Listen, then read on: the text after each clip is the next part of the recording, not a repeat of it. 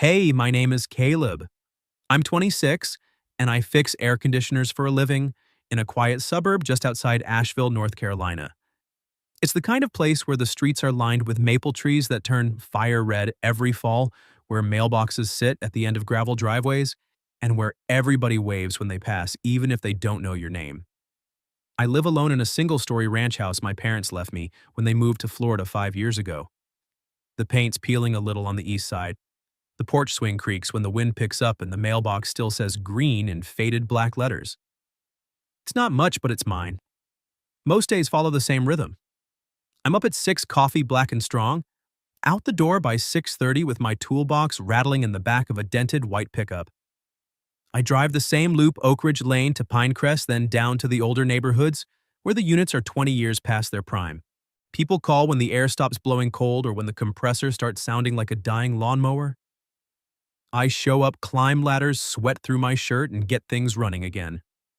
By 6 in the evening, I'm back home hosing off the day under the outdoor faucet, watering the 2 tomato plants I keep forgetting to stake, and eating whatever I can throw together, usually a sandwich and a beer on the porch, while the sun drops behind the Blue Ridge. 2 years ago, the house across the street went up for sale. A young couple bought it, Derek and Nora Harper. He was 36, broad-shouldered always in pressed shirts and steel-toe boots, some kind of site engineer for a construction firm downtown. She was 34, maybe 35, with dark hair that fell just past her shoulders and a quiet way of moving like she was always listening to music no one else could hear. Word around the block was she used to teach piano before they moved here. They seemed perfect from the outside, white two-story with black shutters, a silver SUV in the driveway window, boxes overflowing with petunias every spring. I didn't talk to them much at first. A nod here, a morning there. Derek traveled a lot, 3-4 days a week sometimes. Nora stayed home. I'd see her on the porch in the late afternoons holding a mug she never drank from staring at the mountains like they might say something back. When their AC went out last summer, I was the one who fixed it. She paid in cash, tipped $20 and asked if I wanted sweet tea. I said sure. We stood in the kitchen while the unit kicked back on and she talked about how the house felt too big when Derek was gone. I didn't know what to say, so I just nodded and drank the tea. That was the first time I noticed the sadness in her eyes. It wasn't loud. It didn't scream. It just sat there steady and unshaken like a stone at the bottom of a creek. After that, whenever I worked on their system, filter changes or refrigerant top-offs, the usual, she'd linger nearby. Not hovering, just present. She'd mention little things. Derek forgot their anniversary. He didn't call when he landed in Charlotte. He came home showered and fell asleep on the couch with the TV still on. She'd laugh it off, but the laugh never reached her eyes. I started timing my evenings so I'd be outside when she got home from the grocery store. Not on purpose, not really. I'd just find myself watering the tomatoes a little longer or sweeping the porch when her car pulled in. She'd wave tired but polite. Sometimes she'd stop and chat for a minute about the weather, the new coffee shop downtown, the way the cicadas were louder this year. I'd joke about something dumb like how my truck sounded like a blender full of gravel and she'd smile.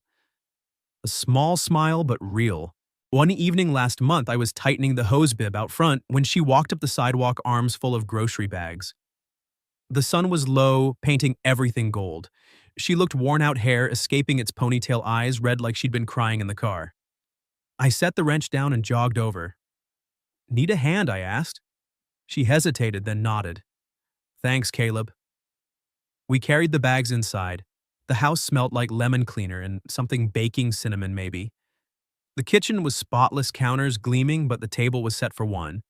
A single plate, a single glass. She caught me looking. "Derek's in Raleigh till Friday," she said, voice flat. "Meetings." I set the bags down. "You eat yet?" She shook her head. "I'll warm up leftovers. I should have left." Instead, I said, "I've got chili on the stove. Nothing fancy, but it's hot." She looked at me for a long second like she was trying to decide if I was serious. Then she smiled, small but there. "Let me change. I'll be over in 10. She showed up in jeans and an old UNC sweatshirt, hair still damp from a quick shower. We ate on the porch bowls, balanced on our knees, crickets loud in the background. She didn't say much at first.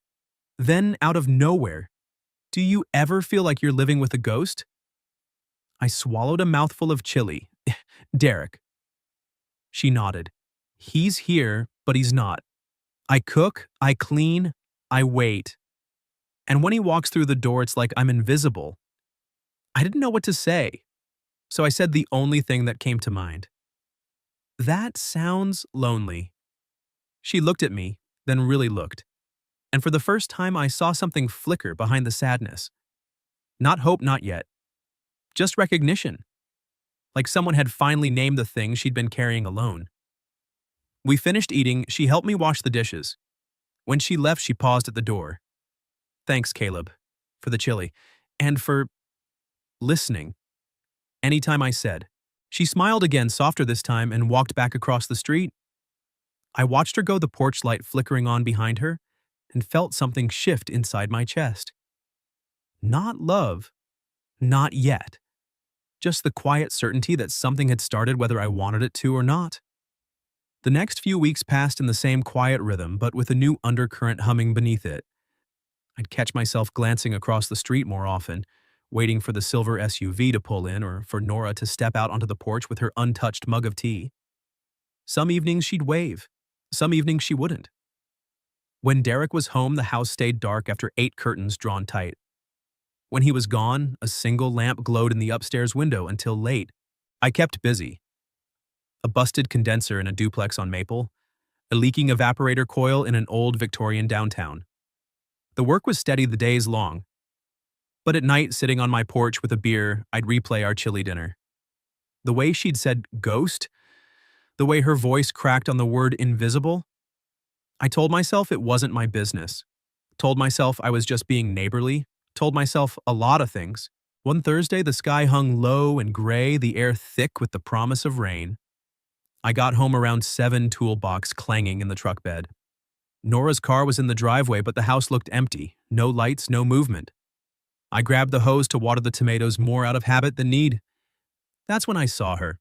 She was walking up the sidewalk from the direction of the park grocery bags, cutting into her fingers. Shoulders slumped like the weight of the world had settled there. Her hair was damp from the humidity sticking to her cheeks. Her eyes were red again, but this time the tears had already dried, leaving faint tracks through the dust on her skin. I set the hose down and crossed the street without thinking. Rough day, I asked, taking one of the bags from her arm. She didn't answer right away, just nodded a small, tired movement. We walked to her porch in silence. I set the bag down by the door. She fumbled with her keys hands, shaking slightly. Another cold dinner, I said, trying to keep it light. She let out a breath that wasn't quite a laugh. He said he's stuck in a meeting, but he left without his laptop or his briefcase. I glanced at the empty driveway. Derek's spot was bare, the concrete still warm from the day's heat. If it were me, I said the words slipping out before I could stop them, I'd have dumped his ass by now. I meant it as a joke, a dumb throwaway line to make her smile. But Nora froze. The key hovered in the lock. She turned slowly, and when her eyes met mine, something in them stopped my breath. She didn't laugh, didn't flinch, just looked at me, long steady, like she was seeing straight through to the bone. Maybe she said, voice barely above a whisper, "You're right." Then she pushed the door open, stepped inside, and closed it behind her. No wave, no goodbye. Just the soft click of the latch and the sound of my own heartbeat thudding in my ears. I stood there for a full minute, hose still running in my yard water pooling around my boots. The joke hung in the air between our houses like smoke. I told myself she hadn't taken it seriously. Told myself it was nothing. Told myself I'd apologize tomorrow. But I didn't sleep that night. I sat on the porch until the rain finally came hard and sudden drumming on the tin roof. Across the street, her house stayed dark. No lamp in the window, no silhouette at the curtains. Just the steady patter of water on petunias and the echo of my own stupid words. The next morning, I woke to the sound of a car door slamming. I stumbled to the window, still in yesterday's clothes. Nora was loading 2 small suitcases into the back of her car. She moved with purpose, no hesitation, no tears. Just quiet efficiency. When she finished, she stood in the driveway for a moment, hands on her hips, staring at the house like she was memorizing it. Then she looked across the street. Our eyes met through the glass. She didn't smile, didn't wave. Just held my gaze for 3 heartbeats, long enough for me to feel the weight of what I'd said, what she'd done. Then she got in the car and drove away. I didn't see her again for 24 hours. The knock came at 9 sharp the next night. I was hunched over the kitchen table, scribbling invoices under the single bulb that buzzed like a trapped fly. The sound was soft at first, 3 measured taps, then louder, insistent. I opened the door without checking the peephole. Nora stood on the mat porch, light carving shadows under her eyes. No makeup hair twisted into a loose knot, wearing the same gray hoodie she'd had on the night of the chili. At her feet sat 2 small roller suitcases, the kind you take on weekend trips, not life-altering moves. Her hands were empty except for a single house key dangling from her fingers. "I filed this morning," she said. Voice steady, but the key trembled. "Signed the papers at the courthouse. I can't sleep in that house another night." I opened my mouth, closed it, opened it again. Nothing came out. She filled the silence. "I'm not asking for advice. I'm asking for a couch. And I'm asking because I trust you." The word trust hit harder than the rain still dripping from the eaves. I stepped aside. She crossed the threshold, rolled the suitcases in, and stopped in the middle of the living room, like she wasn't sure where the floor ended and the rest of her life began. "Sofa's fine," she said before I could offer the spare room. "I brought my own pillow." I closed the door. The click sounded louder than it should have. She set the cases against the wall, neat as a hotel bellhop. Then she looked around, really looked. The scuffed coffee table, the stack of unopened mail, the single-framed photo of my parents on the mantel. Her gaze lingered on the photo, then moved to me. "You kept their picture up. Couldn't bring myself to take it down." She nodded like that made perfect sense. I cleared my throat. "You hungry?" "I ate a granola bar at 4, that's it." I heated leftover chili while she disappeared into the bathroom. When she came out, the hoodie was gone, replaced by an oversized t-shirt and flannel pajama pants. She'd washed her face. The redness around her eyes had faded to faint pink. We ate at the table. She picked at the bowl, more pushing beans around than eating. I pretended not to notice. Halfway through, she set her spoon down. I called Derek from the courthouse parking lot. "What did he say?" "Do whatever you want. I'm not stopping you." She laughed once, short, sharp, humorless. 11 years, and that's the goodbye I get. I didn't know what to say, so I said nothing. She pushed the bowl away. "I kept thinking about what you said, about dumping him. I laughed when you said it, then I couldn't stop hearing it. It was a stupid joke. Maybe, but jokes sometimes tell the truth louder than anything else." Silence settled thick as the chili steam. Outside, a dog barked 3 houses down. Inside, the refrigerator hummed. I stood to rinse the dishes. She followed, drying without being asked. Our elbows brushed at the sink. Neither of us moved away. When the last plate was stacked, she leaned against the counter. "I don't want to talk tonight. I just want to sleep. Tomorrow I'll figure out the rest." I showed her the linen closet, handed her a spare blanket. She made up the couch with military precision, sheet tucked, pillow, fluffed blanket folded at the foot. Then she sat on the edge, hands in her lap. "Caleb." "Yeah, thank you for not making me explain." I nodded. "Guest bathroom's down the hall. Towels are clean." She smiled, small, exhausted, but real. "Good night." I left her the lamp on low, closed my bedroom door, lay in the dark listening to the house breathe. The couch springs creaked once as she settled, then nothing. At 2:17 a.m., I heard her crying, quiet, muffled into the pillow. Not sobs, just the soft, steady leak of someone who'd held it together too long. I stared at the ceiling, fists clenched at my sides, and did the only thing I could, stayed on my side of the wall. Morning came gray and slow. I found her in the kitchen at 6:30, already dressed, hair damp from the shower. Coffee was brewing. 2 mugs sat on the counter. A plate of toast, slightly burned, waited beside a jar of strawberry jam I didn't remember owning. "You didn't have to," I said. "I needed to," she answered. "Keeps my hands busy." We drank coffee in silence. She stared out the window at the empty house across the street. The petunias looked wilted without her care. "I have to go back today," she said. "Pack the rest. The movers come Friday." I nodded. "I'll help." She turned eyes, searching my face. "You don't have to." "I know." She looked like she might argue, then didn't. Just reached for the second piece of toast and handed it to me. We spent the day in her house. I carried boxes while she sorted clothes. Books, sheet music, yellowed at the edges. Derek's things stayed untouched in the closet. She didn't explain. I didn't ask. By 4, the living room was stacked with labeled cartons. She stood in the middle, hands on hips, surveying the wreckage of a life. "I thought it would hurt more," she said. "Does it?" "Not yet." We loaded my truck. She locked the door behind us, slipped the key under the mat for the realtor. When we pulled away, she didn't look back. That night, she took the couch again. I offered the bed. She refused.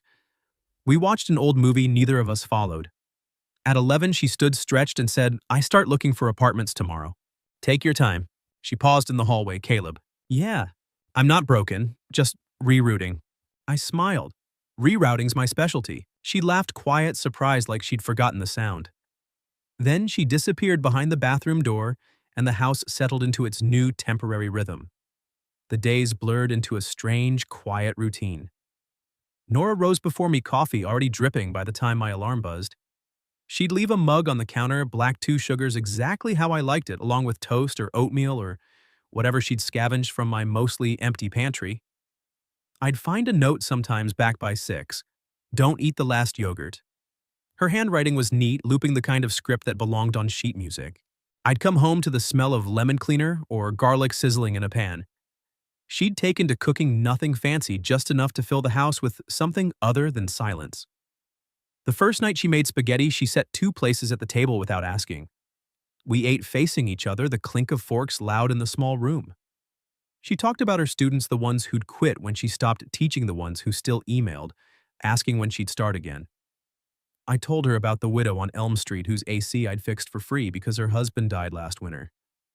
We didn't talk about Derek. Not once. At night, she claimed the couch, folding her blanket with the same precision every morning. I offered the spare room again. She shook her head. "I'm not staying long," she'd say, but the days stretched into a week, then 10 days. Her suitcases stayed lined up against the wall like soldiers waiting for orders. One evening, I came home to find her on her knees in the backyard pulling weeds from the neglected flower bed my mom had planted years ago. Dirt streaked her cheeks. Her hair was tied back with one of my bandanas. She looked up when the screen door slammed. "You don't have to do that," I said. "I know." She sat back on her heels, wiped her forehead with the back of her wrist. But I needed to feel useful.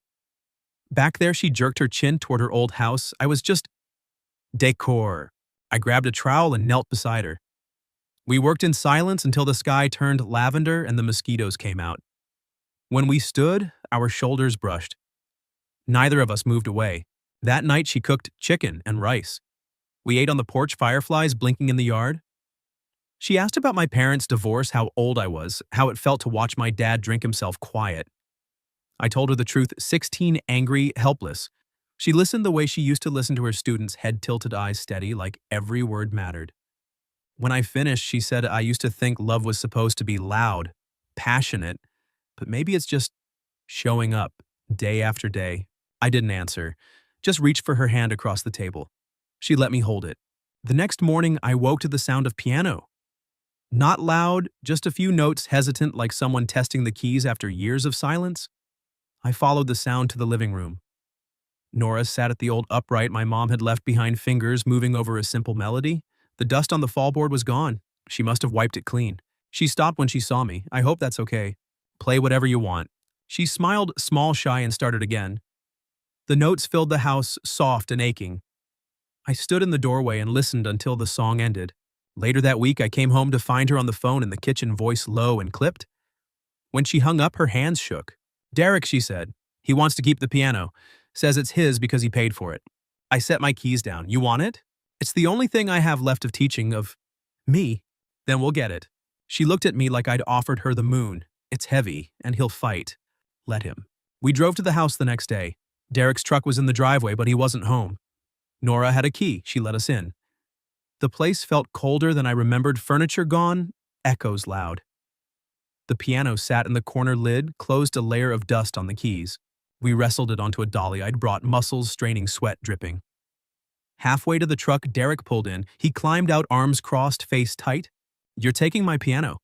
Nora didn't flinch. "It was never yours." He opened his mouth, closed it. Looked at me. I met his stare. He got back in his truck and left. We loaded the piano into my truck bed, strapped it down with bungee cords. Nora ran her hand over the wood like it was a living thing.